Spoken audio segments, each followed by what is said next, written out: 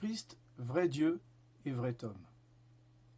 Je crois en Dieu, le Père Tout-Puissant, Créateur du ciel et de la terre. C'est là le premier article de notre credo. Aujourd'hui, nous tournons une page et nous passons au deuxième article, et en Jésus-Christ, son Fils unique, notre Seigneur, qui a été conçu du Saint-Esprit et né de la Vierge Marie. Voilà la suite de notre credo, chers amis. Et en Jésus-Christ, son Fils unique, notre Seigneur. Nous l'avons comme annoncé la dernière fois, où Dieu nous l'a promis, ce Sauveur qui s'appelle Jésus-Christ, notre Seigneur, notre Sauveur. Il est notre Sauveur, il est notre Seigneur. C'est-à-dire qu'il a tout pouvoir sur nous. Il nous a rachetés. En nous achetant, il devient notre Maître. C'est pourquoi nous l'appelons notre Seigneur Jésus-Christ. Mais qui est notre Seigneur Jésus-Christ?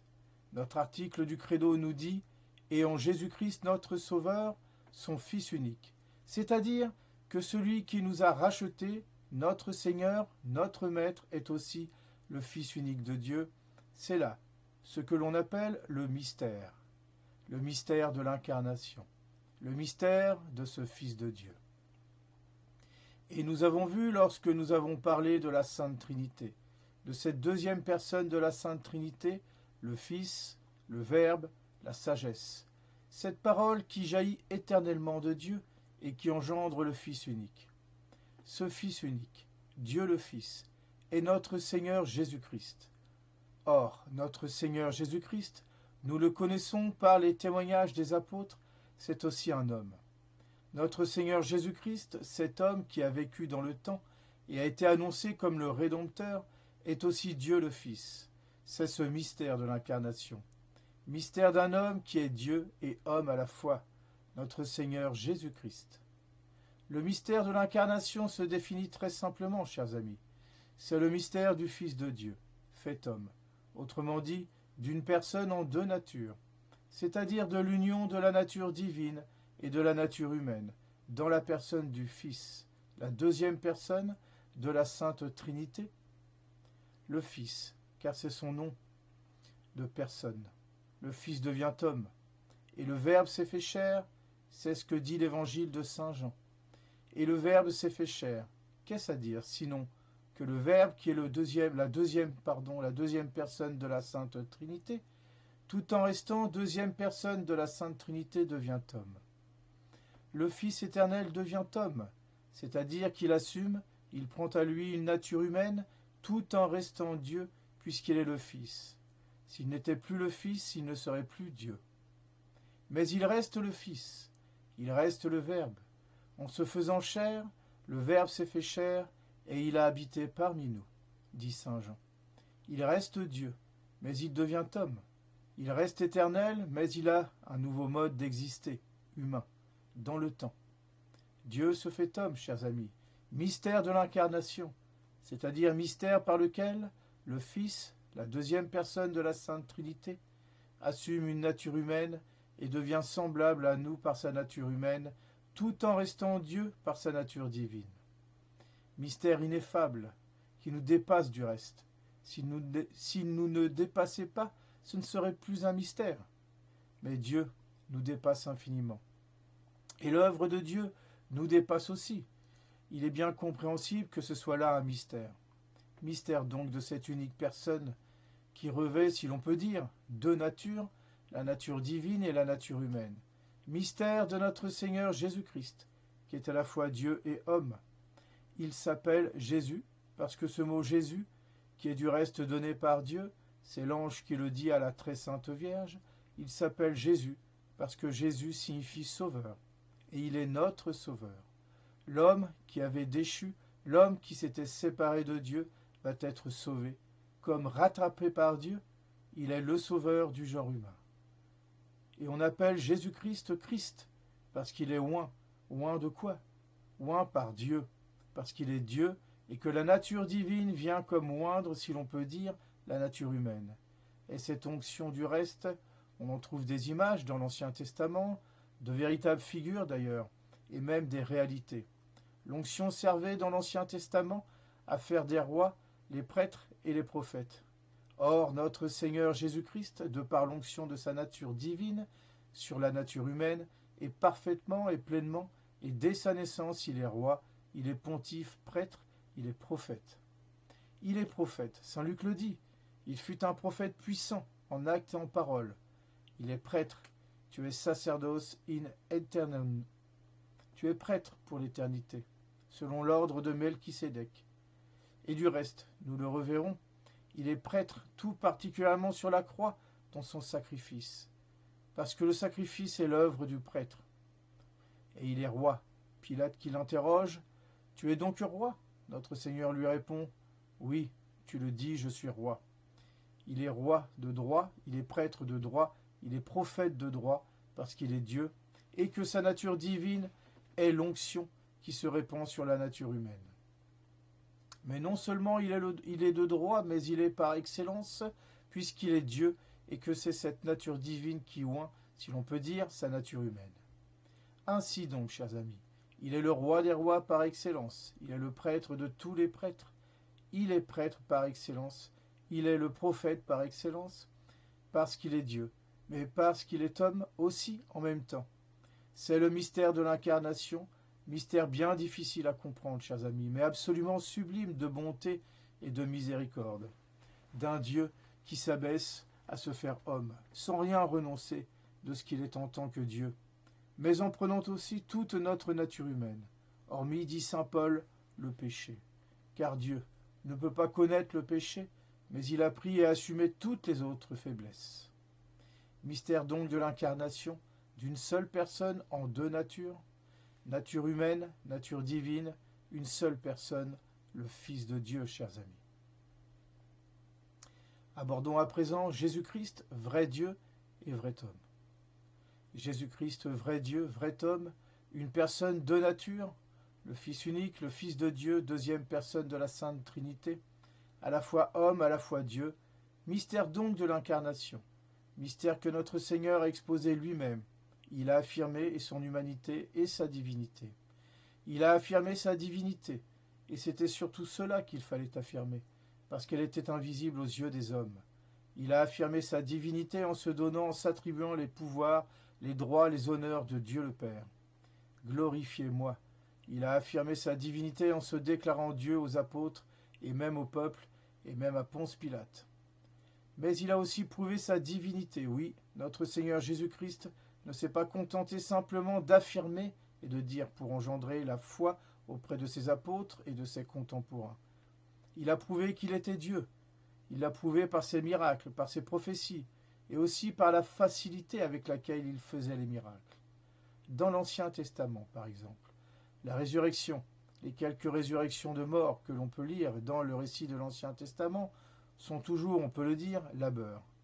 Notre Seigneur, lui, fait des miracles sans aucun labeur, sans aucune peine, parce que notre Seigneur est Dieu. Lorsqu'il ressuscite Lazare, Lazare sort de ce tombeau, et c'est tout. Lorsqu'il ressuscite la jeune fille morte, il n'a qu'à la toucher. « Je te l'ordonne, lève-toi, dit-il. » Et ainsi pour tous les autres miracles. Et on voit même cette femme hémorroïse s'approcher et toucher le manteau de notre Seigneur, Jésus-Christ, parce qu'une vertu, dit l'Écriture, émanait de lui. C'est sa divinité. Il n'a même pas besoin de se retourner. Il n'a même pas besoin de parler. Il pouvait faire des miracles ainsi parce qu'il était Dieu, donc il l'a prouvé par ses miracles. Bien sûr, le plus grand des miracles étant sa propre résurrection, nul ne peut se ressusciter s'il n'est Dieu, et notre Seigneur s'est ressuscité. Il a prouvé aussi sa divinité par la sainteté de sa vie qu'il a montrée à tous ceux qui vivaient à ses côtés, et particulièrement ses apôtres qui ont témoigné de la sainteté de sa vie. Il a aussi prouvé sa divinité, chers amis, par la sainteté de sa doctrine et la pureté même de sa doctrine. Et si l'on relit même l'Évangile, non seulement la pureté de cette doctrine, mais la simplicité avec laquelle il l'expose. Or, cela, c'est bien propre à Dieu. Dieu est simple, nous l'avions dit. Et notre Seigneur, lorsqu'il expose sa doctrine par les paraboles, l'expose avec une simplicité presque désarmante. Et puis, il a prouvé sa divinité par l'institution et la conservation de l'Église à travers le temps. Il est donc vrai Dieu, mais il est aussi vrai homme. Le dogme nous oblige à tenir que notre Seigneur Jésus-Christ, qui était vrai Dieu, était aussi vrai homme. S'il était vrai homme, cela veut dire qu'il avait un vrai corps et une véritable âme, tout comme les hommes. Notre Seigneur avait un corps de chair et non pas simplement l'apparence d'un corps. Et le Verbe s'est fait chair, dit l'Écriture.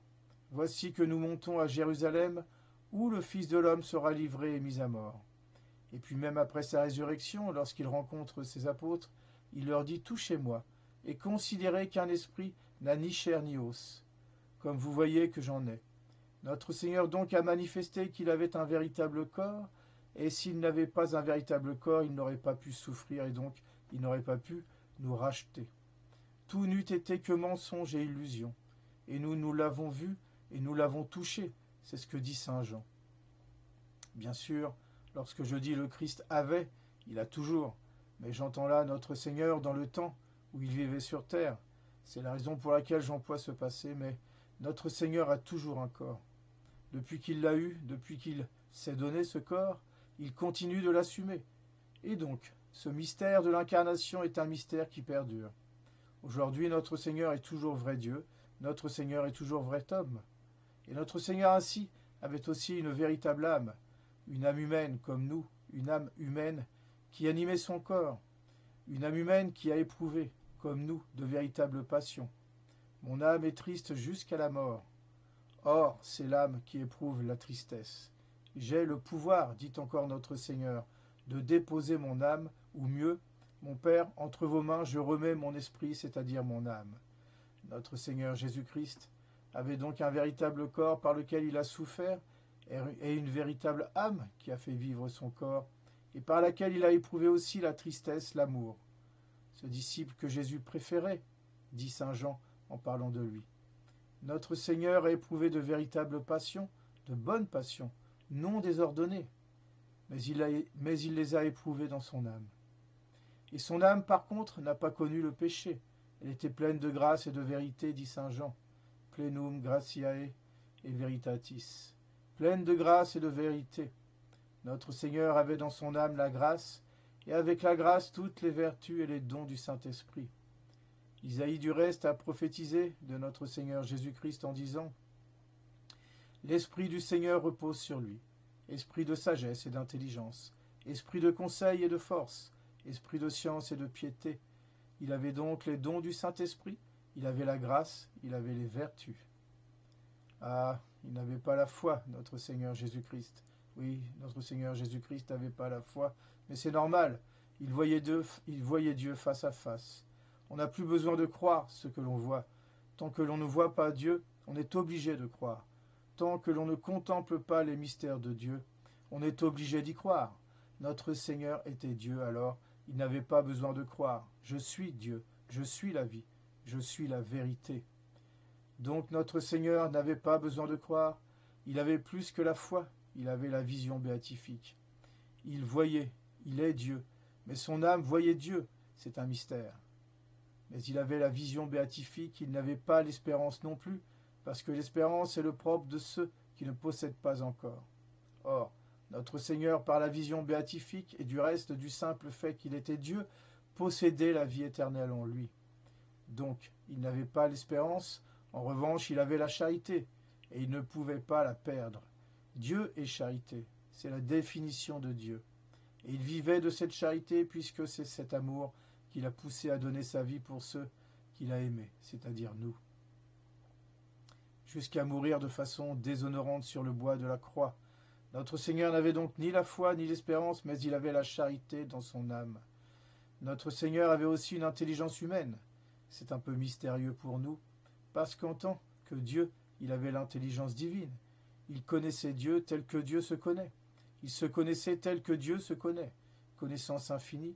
Mais il avait aussi une intelligence humaine par laquelle il connaissait dans la vision béatifique, telle que notre âme pourra connaître au ciel, dans laquelle il a eu des idées infuses, et par laquelle il a voulu aussi apprendre à connaître, c'est mystérieux.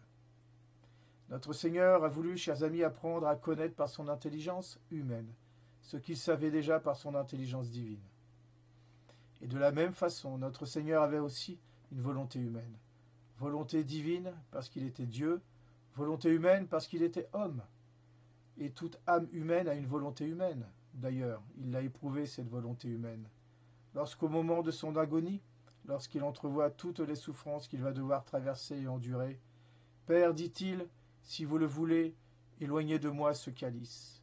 Mais, ajoute-t-il, que ce ne soit pas ma volonté, c'est-à-dire ma volonté humaine, mais que ce soit votre volonté, c'est-à-dire sa volonté divine, qui se fasse, soumettant par là à la volonté divine qu'il avait la volonté humaine qu'il avait aussi, dans une harmonie toute délicate et toute mystérieuse, c'est entendu.